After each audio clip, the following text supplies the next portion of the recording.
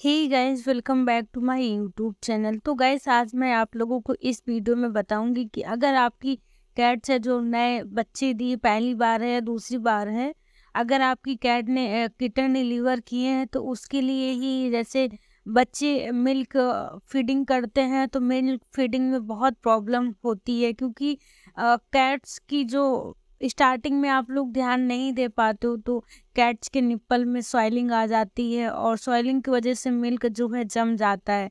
गर्मियों का तो नहीं पता है कि गर्मियों में ऐसा होता है कि नहीं होता है, लेकिन ठंडियों में अभी विंटर चल रहा है, विंटर में अक्सर ऐसा होता है। अब अभी मेरी कैट ने किटन डिलीवर किए हैं तो स्टार्टिंग में पहली बार था मेरे पास, तो कुछ ऐसा था नहीं, मैंने ध्यान भी नहीं दिया और फर्स्ट टाइम था तो ज़्यादा केयर भी नहीं हो पाई स्टार्टिंग में जब किटन डिलीवर किए।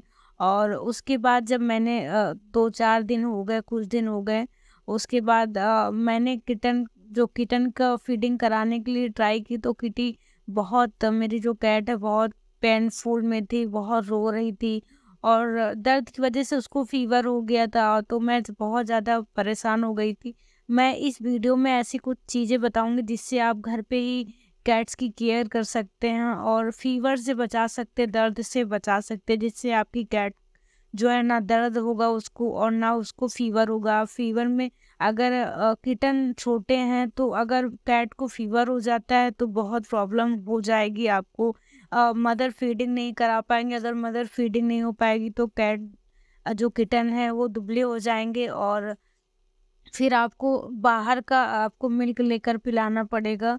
तो इसीलिए आप इस वीडियो में बने रहिएगा और मेरी आपसे रिक्वेस्ट है कि अगर आप मेरे चैनल में पहली बार आए तो प्लीज़ मेरे चैनल को सब्सक्राइब कर लीजिएगा और वीडियो को लाइक कर दीजिएगा और प्यारा से एक कमेंट कर दीजिएगा। कैट्स के लिए सब्सक्राइब तो बनता है गाइस। तो गाइस चलिए मैं स्टार्ट करती हूँ। अभी क्या हुआ है मेरे साथ, मेरी कैट है बहुत दर्द में थी और मुझे तो आइडिया नहीं था, उसने 2 दिन खाना भी नहीं खाया था, बहुत वीक पड़ गई थी और उसको 106 डिग्री बुखार था। जब मैं हॉस्पिटल ले गई तो 106 डिग्री बुखार था। मैं बहुत टेंशन में हो गई थी कि मैं क्या करूँ। फिर उसको इंजेक्शन भी लगे फीवर के और दर्द का भी इंजेक्शन लगाया डॉक्टर ने और ग्लूकोज होता है वो भी चढ़ाया जिससे उसको वीकनेस उसकी दूर हो जाए।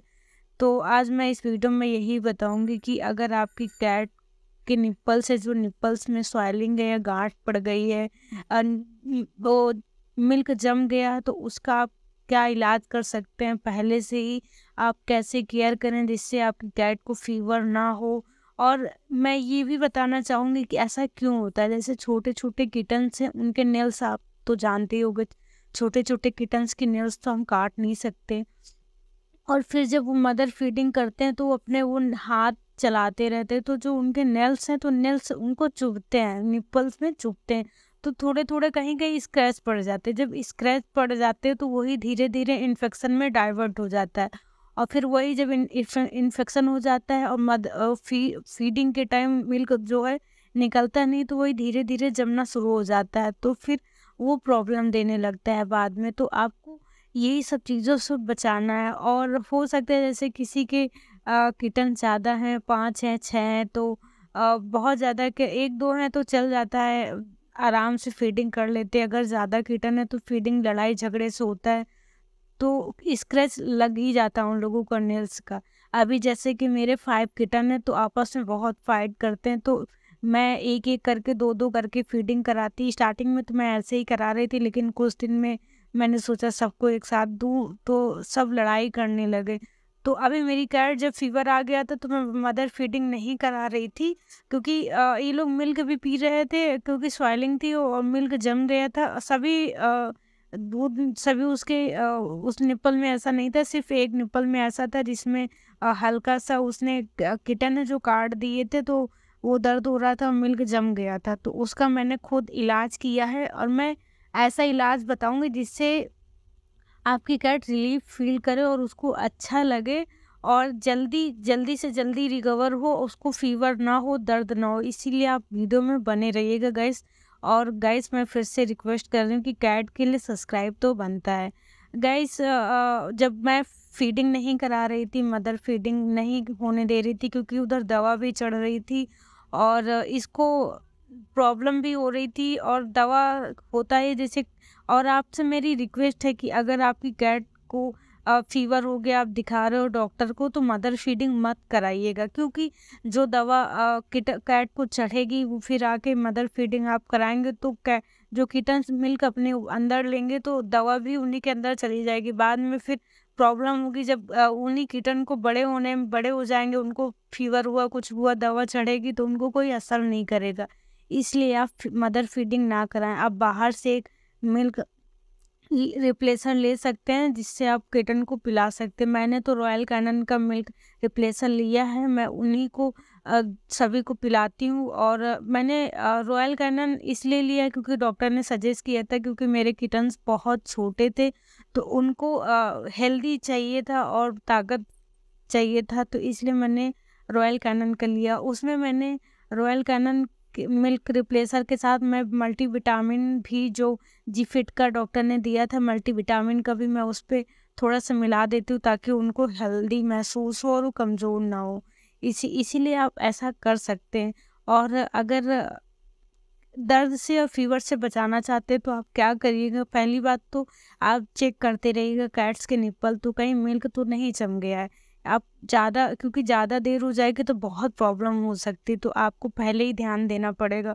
उसके बाद आप निप्पल्स देखते रहिएगा कि पूरे निप्पल्स देखते रहिएगा कि कहीं आपकी कैट्स के निप्पल्स में मिल्क तो नहीं जम गया। अगर ऐसा हो तो आप स्टार्टिंग से ही आप कर सकते हैं। आपको करना क्या है, जैसे हीट पैड आता है, आपको पता होगा, हीट पैड आप ले सकते हो, उसमें वो गर्म पानी डाल के और उसकी सिकाई कर सकते हैं। हीट पैड कैसे सिकाई करना है, जैसे नीचे जो हीट पैड है वो रख दीजिएगा, ऊपर अपनी कैट को बैठा दीजिएगा और जहाँ से निप्पल है उसके थ्रू बैठा दीजिएगा। जो मैंने किया है मैं वही आपको बता रही हूँ, जिससे रिलीफ बहुत जल्दी मिलता है। 1-2 दिन में ही आपकी कैट को रिलीफ मिल जाएगा। और मैं कुछ ऐसा नहीं बता रही हूँ दवा, डॉक्टर, क्योंकि स्वेलिंग में और उसमें डॉक्टर स्टार्टिंग में कुछ भी नहीं कर सकते, सिर्फ फीवर का इलाज कर सकते हैं वो, और दर्द का थोड़ा बहुत इंजेक्शन, जो थोड़ी देर रिलीफ के लिए आप वो इंजेक्शन लगा देते हैं बस, और इसके अलावा वो कुछ भी नहीं कर सकते। जो भी करना होगा आपको ही करना होगा घर पे। इसीलिए मैं ये आपको बता रही हूँ कि आपको आपकी कैट को ज़्यादा प्रॉब्लम ना झेलना पड़े, तो आप यही करिएगा। आप एक हीट पैड ले लीजिएगा, उसमें गर्म पानी भर लीजिएगा और उसके बाद थोड़ी देर के लिए कैट को उसमें बैठा दीजिएगा या लिटा के उसकी सिकाई करिएगा। पहला तो ये है, आप हर 2 घंटे या हर 3 घंटे में आपको सिकाई करनी है। और अगर आपको इससे रिलीफ ना मिले आपकी कैट को, ये भी आप कर सकते हैं। और आपको क्या करना है, आपको रात में या दिन में 3 बार, सुबह, रात में, दोपहर में, आपको दूसरा क्या करना है, आपको एक प्रेस इस्त्री, आपको पता होगा, प्रेस आप ले लीजिएगा, प्रेस आप गरम कर लीजिएगा, उसमें आप कोई कॉटन का कपड़ा लीजिए, कॉटन के कपड़े से उसकी कैट की सिकाई कीजिए, आपकी कैट के निप्पल्स की अच्छे से सिकाई कीजिए। मैं 10-15 मिनट का फॉर्मूला ये बता रही हूँ, आपको 10-15 मिनट कंटिन्यू करना है और मैं गारंटी देती हूँ कि 2 दिन के अंदर आपकी कैट का जो ब्लड जम गया है वो हट जाएगा और उसको दर्द भी नहीं होगा ज़रा सा भी, और उसको बहुत ही अच्छा लगेगा और बहुत ही उसको रिलीफ फील होगा। तो आप ये करिएगा, आप प्रेस ले लीजिएगा, प्रेस और गरम कर लीजिएगा और कॉटन का कपड़ा ले लीजिएगा। उसके बाद आप सिकाई करिएगा, जब सिकाई कर लीजिएगा 5 मिनट ऐसे सिकाई कीजिएगा। उसके बाद आपको जैतून का तेल लेना है, आपको मैं बता रही हूँ जैतून का तेल लेना। जैतून का तेल गरम होता है और बहुत फ़ायदा करेगा। जो मैंने यूज़ किया मैं वही बता रही हूँ, क्योंकि डॉक्टर ने मुझे यही सजेस्ट किया था तो मैंने किया और बहुत रिलीफ मिला। मेरी कैट बहुत ही अच्छी, पहले बहुत पेनफुल में थी लेकिन अभी बहुत अच्छी। मैं अपनी कैट को हॉस्पिटल ले गई थी तो मैं उसका वीडियो डाल दूँगी, इसी में ऐड कर दूँगी। जब मैं ले गई थी हॉस्पिटल तो मैंने वीडियो बनाया, मुझे बहुत तकलीफ़ थी तो मैं दिखा दूँगी कि कैसे वीगो चढ़ रहा था और इंजेक्शन भी लग रहे थे। तो आपको सच में लगेगा कि मेरी कैट को सच में प्रॉब्लम थी। और उसके बाद आपको क्या करना है, जैतून का तेल ले लीजिएगा। जैतून का तेल हल्का-हल्का आप गरम कर लीजिएगा, गुनगुना कर लीजिएगा। और जैतून का तेल वैसे भी गरम ही होता है तो आप उसको 5 मिनट मसाज करना हल्के-हल्के हाथों से जहाँ-जहाँ उसको है, या तो सभी निप्पल्स में आप कर सकते हो, इससे मिल्क भी जल्दी आएगा। तो हल्के हल्के हाथों से उसको मसाज करना है। क्योंकि अगर हम लोगों को दर्द होता है तो हम लोग बोल देते हैं कि मुझे मसाज करिए, क्योंकि कैट्स तो बोल नहीं सकती, तो हमको खुद समझना पड़ेगा। तो जैसे हम लोग अपने मसाज करते हैं वैसे वैसे कैट को भी मसाज करना है। जब 5 मिनट मसाज हो जाए उसके बाद फिर से आपको उसी के ऊपर सिकाई करनी, फिर से आपको उसी के ऊपर सिकाई करना। जब आप सिकाई करेंगे और सिकाई करके उसके बाद छोड़ दीजिएगा, और छोड़ने के बाद आपको मदर फीडिंग नहीं कराना है, नहीं तो उसको आराम नहीं मिलेगा, आपको ये ज़रूर ध्यान देना है। उसके बाद आपको क्या करना है, उसको छोड़ देना है। सुबह शाम दोपहर 3 टाइम आपको करना है, और 2 दिन में आपको रिलीफ खुद महसूस होगा कि हाँ, आपकी कैट पहले से ठीक है और खाना भी खा रही है।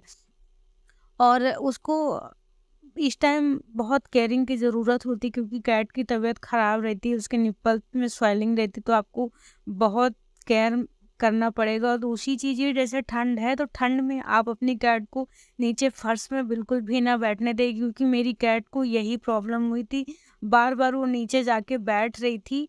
तो इसीलिए मैंने पूरे फर्श में, जहाँ वो है पूरे फर्श में मैंने कारपेट बिछा दिया गर्म वाला, ताकि वो नीचे ना बैठे, उसको प्रॉब्लम ना हो। तो आप अपनी कैट को फर्श में बिल्कुल भी ना बैठने दें, वरना उसको प्रॉब्लम बहुत जल्दी हो जाएगी।